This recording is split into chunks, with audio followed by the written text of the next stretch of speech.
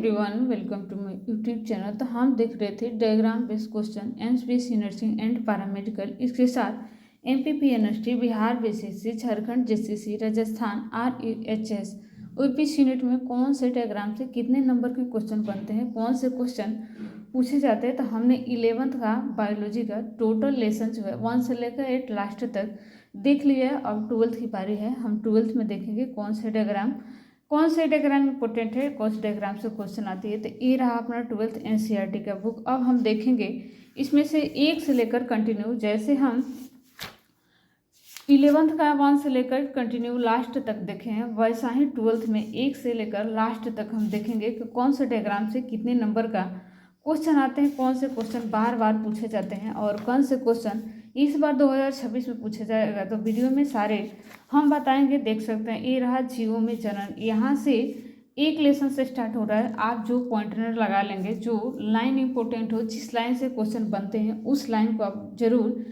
Pointer लगा लेंगे। देखिए मैंने यहाँ पे लगाया है। उसके बाद यहाँ पे देखेंगे इन सारे से 1 नंबर के क्वेश्चन बनते हैं और इसका ना लाइफ स्पेन अरे जीवन अवधि पूछा जाता है। जैसे तितली के जीवन अवधि कितने हैं, तो 1 से 2 सप्ताह तक यह जीवित रहती है। ऐसे करके ना इससे पूछा जाता है। इस सारे डायग्राम में से कोई एक क्वेश्चन आपको मिलेगा, जैसे कौवा है, तोता है, फल मक्खी है, बरगद है, इन सारे में से कोई आपको एक क्वेश्चन मिलेगा और इसका लाइफ स्पेन यानी जीवन अवधि पूछा जाएगा कि किसका कितने दिन तक जीवन अवधि है। जैसे तितली का, कौवा का, आपको उसमें 4 ऑप्शन दिए रहेंगे ए बी सी डी करके, और ऑप्शन दिए 1 से 2 सप्ताह, 2 से 3 सप्ताह, 2 महीने, 4 महीने। लेकिन राइट आंसर 1 से 2 सप्ताह होगा, तो हम 1 से 2 सप्ताह वाले पे ऑप्शन पे क्लिक करेंगे। ये देख सकते हैं यहाँ पे हाथी है, गुलाब है, डॉग है, और उसके बाद तितली है, कौवा है, केला है, गाय है, तोता है, फल मक्खी है, घोड़ा है, मगरमच्छ है, धान है, कछुआ है और बरगद है। इन सब में से कोई एक नंबर का क्वेश्चन पूछा जाता है। या तो इसे कहीं दीवार पे चिपका दे या कहीं एक पेज पे नोट करके अवश्य रखें, क्योंकि इससे 1 नंबर के क्वेश्चन बनते हैं। यहाँ कुछ लाइनें पॉइंटर किया गया है, इससे भी क्वेश्चन बनते हैं और इससे 1 नंबर का क्वेश्चन बनता है। ये रहा अपना, और बहुत सा इसमें करके दिया है, लेकिन ए बी सी डी ऐसे करके दिया रहेगा। आप यहाँ पे देखेंगे ए है पेंसिलियम, ये जो डायग्राम दिख रहा है नीचे ए पेंसिलियम, लेकिन ऊपर इसके देखिए दिख रहा है छोटे छोटे गोलाकार 3-4 ऐसे लगे हैं, जिसे एरो करके कोनिडिया लिखा है। एक क्वेश्चन पूछा जाता है कि पेंसिलियम के ऊपर क्या पाया जाता है। ऑप्शन 4 दिया जा रहेगा, कलिका, उसके बाद कोनिडिया, उसके बाद अंकुरा, कलिका, अपस्थानिक, कुछ ऐसे ऑप्शन दिए रहेंगे इससे रिलेटेड, और उसमें एक ऑप्शन होगा जिससे कोनिडिया होगा और आपको राइट आंसर कोनिडिया पे इसको क्लिक करना है, राइट आंसर कोनिडिया का देना, क्योंकि यह MPYQ है। यह पूछा हुआ क्वेश्चन है कि पेंसिलियम के ऊपर गोलाकार संरचना को क्या कहते हैं। ऐसा ही क्वेश्चन बनते हैं कि पेंसिलियम के ऊपर गोलाकार जो संरचनाएं होती है उससे क्या कहते हैं, तो इसे कोनिडिया कहते हैं। आप देख सकते हैं यहाँ पे लिखा हुआ है, तो इसे आप आवाज़ से याद रखें। उसके बाद यहाँ देखेंगे एक आलू से क्वेश्चन पूछा जाता है कि आलू का जड़ तना हम क्या खाते हैं, उससे एक क्वेश्चन पूछा जाता है, एक आदि। ऐसे करके बहुत सारे क्वेश्चन बनते हैं, लेकिन एक एक क्वेश्चन 2-2 क्वेश्चन हमसे पूछ लिए जाते हैं। तो जो लाइन इंपॉर्टेंट है उसे हम अवश्य देखेंगे। इससे एक क्वेश्चन पूछा जाता है, समांतर 50 से 100 वर्षों के बाद केवल एक बार पुष्प देता है बांस, जिसे बम्बू बोलते हैं। एक बम्बू के बारे में क्वेश्चन पूछा जाता है कि बम्बू जो है अपने पूरे जीवन अवधि में कितने बार पुष्प देते हैं, तो एक ही बार पुष्प देता है, इसे अवश्य याद रखें। और वो भी 50 से 60 वर्ष के बाद एक बार पुष्प देता है, उसके बाद यह मर जाता है, इसका फल, उसके बाद इसका पुष्प नहीं आता है। एक क्वेश्चन पूछा जाता है। एक और क्वेश्चन यहाँ बनता है नीला कुरुंजी, जो कि 12 वर्ष में पुष्प एक बार उत्पन्न करता है। देखिए यहाँ पे सितंबर अक्टूबर 2006 में इतने पुष्प गिरे थे कि कर्नाटक और तमिलनाडु के पहाड़ी क्षेत्रों में सड़क के किनारे पुष्पों का कालीन सा बिछाई दिखाई पड़ रहा था। एक क्वेश्चन है यहाँ पे, क्वेश्चन पूछेगा वह कौन सा पौधा है जिसे जो 12 वर्षों में एक बार पुष्प देता है, तो वो होगा नीला कुरेंजी। यहाँ पे आप देख सकते हैं ब्रेवकेट में लिखा है नीला कुरेंजी, यहाँ पे दिखा है 12 वर्षों में, यानी नीला कुरेंजी जो है पुष्प जो है 12 वर्षों में एक बार देता है। ये क्वेश्चन पूछा हुआ है, MPYQ है। इसके साथ एम्स पैरामेडिकल में भी यह क्वेश्चन पूछा गया और पिछले साल राजस्थान RUHS में ये क्वेश्चन पूछा गया था। इससे भी क्वेश्चन आता है बम्बू निवास से कि बांस जो है पूरे अपने जीवन काल में कितनी बार पुष्प देता है, तो पूरे अपने जीवन काल में एक ही बार पुष्प देता है, और वो भी 50 से 100 वर्ष के बीच के देता है। ये नहीं कि आज लगाए 2-3 साल बाद दे देता है, ऐसा नहीं, पूरे वो तैयार होता है उसके बाद एक बार पुष्प देता है। एक बार पुष्प देने के बाद वह मर जाता है, फिर उसमें पौधा नहीं लगता है, फिर उसमें पुष्प नहीं लगता है। तो ये बम्बू यानी बांस वाला या नीला कुरंजी यानी जो 12 वर्ष में एक बार पुष्प देता है, ये दोनों से क्वेश्चन बनते हैं। तो यहाँ पे इसे अवश्य याद कर रहे हैं। यहाँ पे क्वेश्चन है महाआतंक विपत्ति जलाशयों को जैसे महाआतंक हायसिंथ बोलते हैं, वाटर हायसिंथ, इसे क्वेश्चन पूछा जाता है। बंगाल के आतंक किसे कहते हैं, ये क्वेश्चन आता है, इसे आप अवश्य याद रखें। देखेंगे वाटर हायसिंथ जो है ये बंगाल के आतंक कहा जाता है। यहाँ जो होता है ऑक्सीजन जो है खींच लेता है। आप देख सकते हैं कितने अच्छे से विस्तार से एक्सप्लेनेशन किया गया है, यहाँ पर आप देख सकते हैं। फिर एक कायिक प्रवस्था है और किशोर प्रवस्था है।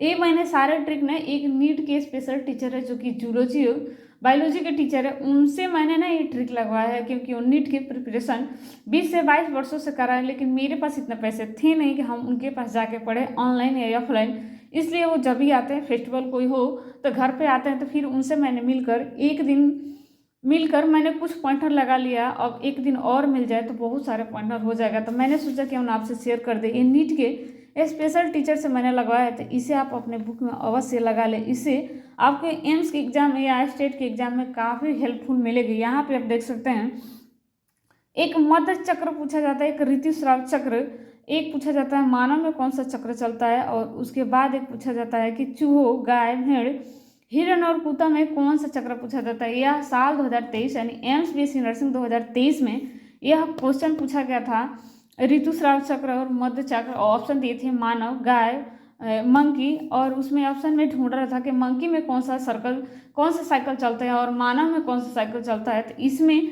4 ऑप्शन होते हैं। एम्स बीएससी नर्सिंग 2023 में क्वेश्चन पूछा हुआ, आप कहीं भी आपको PYQ मिले तो आप देख सकते हैं कि ऋतुस्राव मध्य चक्र इससे क्वेश्चन पूछा गया था। ये 2023 एम के एग्जाम में, तो आप इस अवश्य देख लीजिए। पूछा जाता है कि गाय, भेड़, बकरी, चूहा, कुत्ता आदि में कौन सा साइकिल चक्र चलता है और मानव में कौन सा चक्र चलता है, तो आपको बताना होता है। फिर यहाँ पे द्विलिंगी एकलिंगी है, यहाँ पे आप पॉइंटर किया हुआ आप देख लेंगे। इधर क्वेश्चन है तो इधर से तो एक क्वेश्चन काकरोच और केचुए से पूछा जाता है, मैंने पहले की वीडियो में बता लिया। यहाँ पे आप देख सकते हैं कितने अच्छे से पॉइंटर लगाया गया है, आप अवश्य अपने बुक में लगा ले। यहाँ पे आप देखेंगे भ्रूण उद्भव, इससे क्वेश्चन पूछा जाता है। इसी के साथ ये लेसन यहाँ पे फिनिश होता है।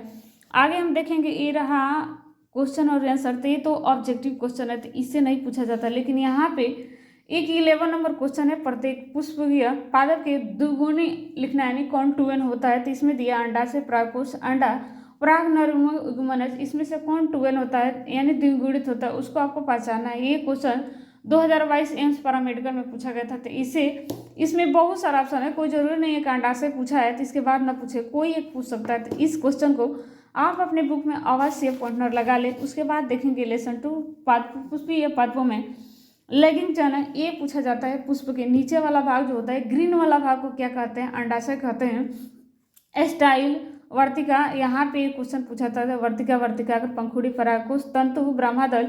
ये क्वेश्चन पूछा हुआ है कि पुष्प के नीचे जो हरा कलर का भाग होता है उससे क्या बोलते हैं, तो उसे जो है अंडाशय बोलते हैं। यहाँ पे देख सकते हैं हरे रंग के जो है आरो करके इधर लिखा गया है। ऐसा ही क्वेश्चन बनता है कि पुष्प के हरे भाग को क्या कहते हैं, तो अंडाशय कहते हैं। ये आप अवश्य देख लेंगे इस पुष्प को।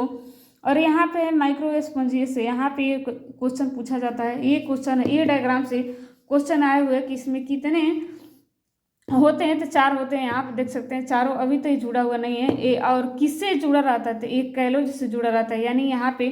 और टेपिटम से क्वेश्चन पूछा जाता है, कौन सी पोषण देता है, तो पोषण जो है और टेपिटम देता है। इस टेपिटम से क्वेश्चन पूछा जाता है। फिर मध्य परत से पूछा जाता है। और ये चारों 1 2 3 4 ये चारों जो है बीच में किसी न किसी चीज़ से तो जुड़ी होगी ना, तो जिससे जुड़ा रहता है उसे क्या बोलते हैं, तो उसे कैलोज बोलते हैं। एम्स बीएससी नर्सिंग 2023 में क्वेश्चन पूछा गया था डायग्राम सहित, और पूछा गया था कि ये किससे जुड़ी होती है। 4 ऑप्शन दिए थे, चारों में आपको एक सिलेक्ट करना होता था कि ये बता दे कैलोज से जुड़ी, यानी ये चारों जो है जिससे जुड़ती है उसको हम कैलोज बोलते हैं। ये क्वेश्चन पूछा हुआ है। और किससे इसे पोषण देता है, तो वो पोषण टेपिटम देती है। ये क्वेश्चन भी पूछा हुआ है। तो इस डायग्राम में हम अवश्य देख लें उसके बाद देखेंगे इधर बी पोलन, और इस डायग्राम से तो नहीं आते। इस डायग्राम से क्वेश्चन पूछा जाता है कि इसमें कितने सेल्स होते हैं, तो आप काउंट कर लेंगे, बता देंगे, लेकिन ये डायग्राम नहीं आएगा, डायरेक्ट डायग्राम से क्वेश्चन आएंगे। उसके बाद हम देखेंगे कौन सा डायग्राम है और जिसे क्वेश्चन पूछा जाता है 11th एंड 12th एनसीईआरटी में से सेब वाला से क्वेश्चन पूछा जाता है कि सेब जो है सत्य फल है, आभासी फल है, मिठ्या, ऐसे करके क्वेश्चन बनते हैं, इसे आप अवश्य देख लें। उसके बाद देखेंगे इधर कुछ लाइनें जो है वो पॉइंटर किया गया, आप अपने बुक में मिला ले। अगर इंग्लिश मीडियम का है तो उसे भी मिल जाएगा, हिंदी मीडियम के है तो उसमें भी मिल जाएगा, आप अवश्य देख लें। यहाँ पे फिर मानव जनन है, इससे तो भर भर के क्वेश्चन आते हैं।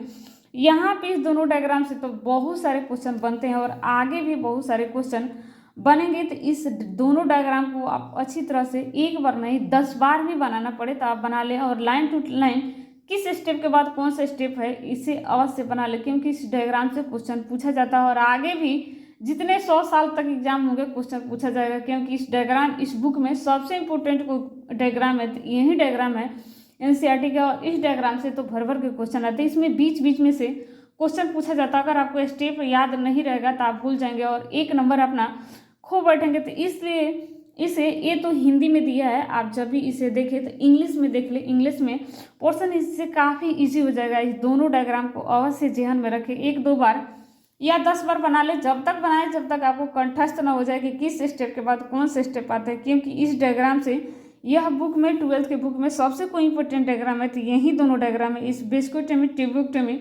इन दोनों डायग्राम से क्वेश्चन आते हैं, कौन सा काटा जाए, फिर झालर फिमरी और यहाँ पे सर्टोली सेल है, इसे तो क्वेश्चन ऑलरेडी इस डायग्राम से पूछा गया था, डायग्राम सहित पूछा गया है क्वेश्चन, तो अभी भी आगे चल के पूछेगा, इसमें कोई दो राय नहीं है। तो इसे आप अवश्य देख ले, इस डायग्राम को, इस डायग्राम से क्वेश्चन पूछा जाता है और आगे भी क्वेश्चन पूछेगा। इसके साथ आगे देखेंगे और कौन से डायग्राम है जिस डायग्राम से क्वेश्चन बनते हैं, तो आप जितने भी डायग्राम बता रहे हैं उसे आप पॉइंटर लगा ले, या कहीं इसमें चित्र दिया है 1.2 1.34 ऐसे कंटिन्यू करके उसमें आप अवश्य निकालें। इसमें पाली पूछा जाता है कि कितने पाली होते हैं, आप देख सकते हैं यहाँ पे 250 पाली, 2 से 3 और 4 से 5, इसे अवश्य याद कर ले। अभी मैं पॉइंट करना भूल गई हूँ, ऑलरेडी मैंने एक बुक में इस टॉपिक को लिख लिया है। फिर यहाँ पे 2 डायग्राम है, आंतरिक डायग्राम, यहाँ पे एक गर्भाशय यानी यूट्रस का दिया है, स्त्री जनन तंत्र और पुरुष जनन तंत्र, इस दोनों को आप अवश्य देख ले। फिर यहाँ पे एक डायग्राम दिया है स्तन ग्रंथि का रखिए काट, इसे आप अवश्य देख ले। और फिर इधर शुक्र जनन नलिकाओं का एक रेखीय काट दिया है, इसे देख ले। यानी ये इस डायग्राम को 3.4 और 3.5 इसके पहले भी जो डायग्राम है उसे देख ले, ये भी क्वेश्चन पूछा हुआ है। शुक्राणु की संरचना, यहाँ से क्वेश्चन पूछा जाता है कि शुक्राणु का मध्य भाग में क्या पाया जाता है जो एनर्जी देता है, जिसे गति करता है, तो माइटोकॉन्ड्रिया है। आप इसे यह से अवश्य याद रखें अपने ध्यान में कि शुक्राणु के मिडिल पीस में मध्य भाग में जो है वह पाया जाता है माइटोकॉन्ड्रिया, जिससे गति मिलती है, वह पुश करता है जिससे वो गति करता है। फिर आगे जो होता है यह जो है शुक्राणु के आगे इसे क्या कहते हैं, एक्रोसोम, इसमें क्या पाया जाता है, इससे क्वेश्चन पूछा जाता है। यह जो है यह मध्य भाग है मिडिल पीस से, इसमें क्या पाया जाता है, माइटोकॉन्ड्रिया पाया जाता है। माइटोकॉन्ड्रिया की वजह से ये गति करता है। और इस पूछ को क्या बोलते हैं, इसमें क्या पाया जाता है, सारे क्वेश्चन पूछा जाता है। और एक क्वेश्चन इन दोनों डायग्राम यानी 3.6 और 3.7 यह दोनों डायग्राम एम्स पैरामेडिकल और एम्स बीएससी नर्सिंग इसके साथ हर एक स्टेट में आए हुए हैं। एम्स PUBQ है और अगले 100 साल तक इस डायग्राम से क्वेश्चन पूछा जाएगा, तो आप इस डायग्राम को अवश्य देख ले। एक इधर डायग्राम है 3.8, इस डायग्राम से भी क्वेश्चन पूछा हुआ है और आगे भी पूछा जाएगा, तो इस डायग्राम को अवश्य देख ले। ये है आवर्त चक्र यानी साइकिल, आवर्त चक्र, इससे आप मेंस्ट्रुअल साइकिल, इसे आप अवश्य देख ले। कब कौन से फूटक निकलता है यह अवश्य आप क्वेश्चन देख ले। देख सकते हैं कितने अच्छे से विस्तार से यहाँ समझाया गया। आप एक रफली पेज पे बना ले या इसी में ऐसे आरूप दे करके इंग्लिश नेम लिख ले, क्योंकि ये वर्धनशील पित्तपिंड, हास्य पित्तपिंड कहीं नहीं देखने को मिलेगा। जब भी पूछेगा आपसे इंग्लिश में ही पूछा जाएगा, फिर आप वहाँ पे कंफ्यूज हो जाएंगे कि मैंने हिंदी याद करके आया, यहाँ पे इंग्लिश याद करके आया, यहाँ पे हिंदी पूछे। आपको वर्धनशील पित्तपिंड ये कहीं नहीं पूछा जाएगा, इसे इंग्लिश पोर्शन में अवश्य याद रखें। इससे आपको एग्जाम में क्वेश्चन का आंसर देना बहुत ईजी रहेगा। यहाँ पे मैंने कुछ लाइनें पॉइंटर की है, ये आप देख लेंगे। उसके बाद यहाँ पे एक क्वेश्चन है परिपीतक अवकाश, इससे क्वेश्चन पूछा जाता है। उसके बाद अंडाणु यानी ओवम, यहाँ पे सारे प्रक्रिया यानी प्रोसेस दिए गए हैं। यहाँ पे अवश्य देख लीजिए इस डायग्राम को। उसके बाद एक इधर डायग्राम है गर्भाशय में आपरा दर्शाता हुआ मानव का भ्रूण। यहाँ से क्वेश्चन बनते हैं कि गर्भाशय में जब मानव जब भ्रूण पलता है तो कहाँ से उसे भोजन मिलता है, तो आपरा यानी प्लेसेंटा से भोजन मिलता है। जब भी हम यहाँ से तो बहुत सारे क्वेश्चन पूछा जाता है, लेकिन एक क्वेश्चन ये भी पूछा जाता है कि भ्रूण जो होता है बच्चे को पोषण कहाँ से मिलता है, भोजन कहाँ मिलता है, तो यूटेरस यानी गर्भाशय में एक नली होती है जिसे हम आपरा कहते हैं। उसी आपरा के माध्यम से माँ से बच्चे के पास तक भोजन जाता है और बच्चा भोजन करता है। किसे आपरा यानी उसे इंग्लिश में कहते हैं प्लेसेंटा। प्लेसेंटा के माध्यम से ही बच्चा जो है वो माँ से भोजन करता है। तो इस प्लेसेंटा यानी आपरा को अवश्य याद करें। यहाँ पर देखेंगे बहुत सारे मैंने लाइनों को पॉइंटर कर रखा है, यहाँ पर भी तो आप अवश्य देख ले कि इस डायग्राम से कौन से क्वेश्चन बनते हैं। फिर अभ्यास यहाँ पे रिक्त स्थानों की पूर्ति करें। ये 1 से लेकर ट तक यानी क से लेकर ट तक आप ऐसे याद कर लेंगे ABCDEFGH ऐसे करके इंग्लिश पोर्शन। इसमें से कोई एक क्वेश्चन पूछा जाता है, पूछा भी है, अगले 100 साल तक इस टॉपिक से क्वेश्चन पूछा जाएगा। तो ये 1 नंबर वाला आप अवश्य तैयार कर ले। इधर एक 14 नंबर है ग्राफीपुट का ग्रोफियम फोलिकल का नामांकित चित्र आरेख बनाइए, अवश्य देख ले, स्टेप बाय स्टेप देख ले कौन सा पोर्शन के बाद कौन सा है। उसके बाद 15 नंबर है निम्नलिखित के कार्य बताया है पित्तपिंड, गर्भाशय, अंडपिंड, शुक्राणु, पुच्छ और झालर फिमरी। झालर फिमरी का 2023 में एम्स नर्सिंग में पूछा गया था। इसमें से कोई भी एक पूछ सकता है, इसलिए आप इसे अवश्य देख ले। उसके बाद इधर तो क्वेश्चन सही और गलत है, जो 16 नंबर क्वेश्चन है यह सही और गलत एक क्वेश्चन अवश्य याद कर ले। वीडियो बहुत लंबा हो गया, इसलिए जनक स्वास्थ्य से हम अगले लेसन में देखेंगे, अगले वीडियो में देखेंगे। मिलते हैं एक अगले वीडियो में, तब तक के लिए राधे राधे, जय हिंद, जय भारत।